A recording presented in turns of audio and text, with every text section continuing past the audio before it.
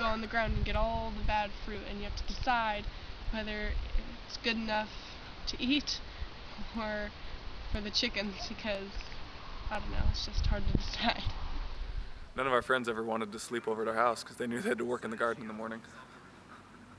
Maintaining a property, working in the garden every single morning on summer days, waking up at 7 every single morning. And then every time I'd tell, anybody, oh yeah, I wake up every single morning and do a few hours of work before I do stuff, like, oh man, that sucks. My mom just makes me breakfast for me, lets me do whatever I want. I'm like, oh geez, I have to make my own breakfast. It was during the summer, every day, we would have to take turns giving Mommy 4 hours of work. This is Jonathan digging a hole in the garden. Dig. Digging. We're digging a trench so that the laundry water can go out across the garden. Leech line. It's a leach line. And if we didn't give our 4 hours of work, we couldn't do anything. And so all the brothers would go to Van Vleck to go swimming, and I'd be doing my 4 hours of work not going to Van Vleck swimming, and it sucked. Like waking up at 7 o'clock every morning in the summer and go weed the garden. I knew there was some sort of purpose in that. I hated doing it. Everybody hated it. It was terrible. And one kid had to stay inside and make breakfast, and that was the good job. It was terrible. You're tired and cold, and Mom was always yelling at you, don't rip the tops off the weeds, you have to get the root. Hard working, picking up rocks in the garden, weeding, lots of stuff. There was always stuff to do. I once made a list of all the chores growing up. Oh, it was very long. It really defined our character. Out here there's hard work, and that's one of Mama's things that she always talks about. You can't just have kids with all this time on their hands. You got to have things for them to do. Even Aunt Janetta, she says, well kids, it's time to move that rock pile. I don't know if you ever heard about that, but no, I actually didn't. She has this rock pile with all these river rocks, and they're just sitting there at her house. And so every so often, she would tell the kids, okay, well, I need this room, and she would just make up some reason why she needed it moved. And then she'd get her kids together and say, okay, over the next week or so, I need this pile moved. And her boys would get out there, all right, I've got to move these, and they'd work things out, and okay, you do this, and I'll do that, okay, and it's like, and they'd get it moved, but it was like not very important to her, but the work was, and the cooperation. When who was it? David and Sean were having such a hard time, and Mama said, that's it, you boys, go build that fence.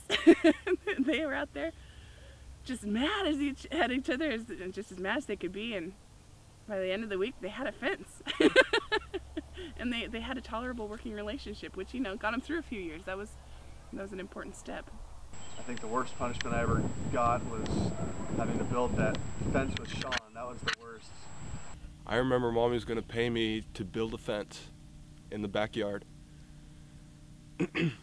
And then me and David got in a fight. And then me and him had to build it for free. And so I feel like I got the worst end of that, because I was the one that was going to get paid to build it. Pretty sure I built like 80% of that fence anyways. You know what, but they let me have sneakers because they knew I loved horses, and they let me have that freedom, and they knew that he would either cure me of my horse fantasies, or I think they were hoping he would cure me. But that taught me how to work hard, because they told me, if you want this, you do it. And here you have this opportunity with somebody who has a horse that's unmanageable or whatever, so they don't want it. If you can do it, you can keep it. And I remember that we did a lot of the work. And even before we moved here, I remember us girls, we had our shovels out and we were helping put in the patio. And we were not helping. But Mom and Daddy had us out there, and we were shoveling, like 3 rocks at a time. We're having this really hard work. But we were still out there doing it. I remember Mama used to pay us, but she used to pay us just a pittance, but it was so much money to us, because we never had hardly anything, but she would pay us to get those big fat green tomato worms. You put them in a bucket. Or when I had kids, she paid them to get snails off of her leafy greens, and they'd fill up this bucket full of snails, and they'd bring in the bucket, Grandma, we got them! And all the snails had crawled to the top, and they're peering out with all their eyes like this. You're like, take that to the chickens! But it's to the point that, you know, now that I'm an adult, I'm looking around thinking, okay, I've got 0.2 acres.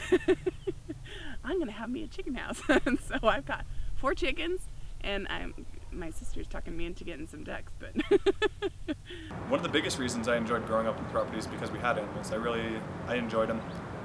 I enjoyed playing with them and wrestling with them and doing all the things we did with the animals. I think my favorite animals were the pigs.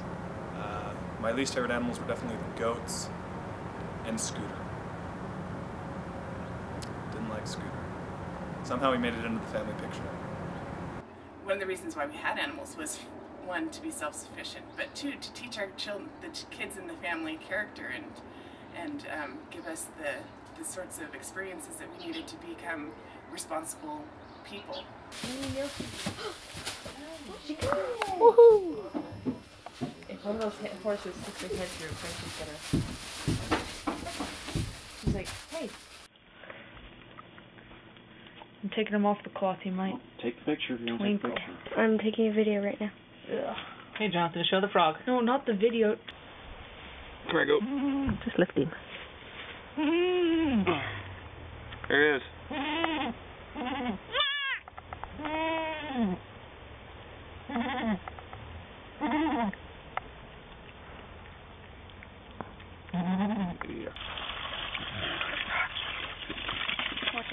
Okay.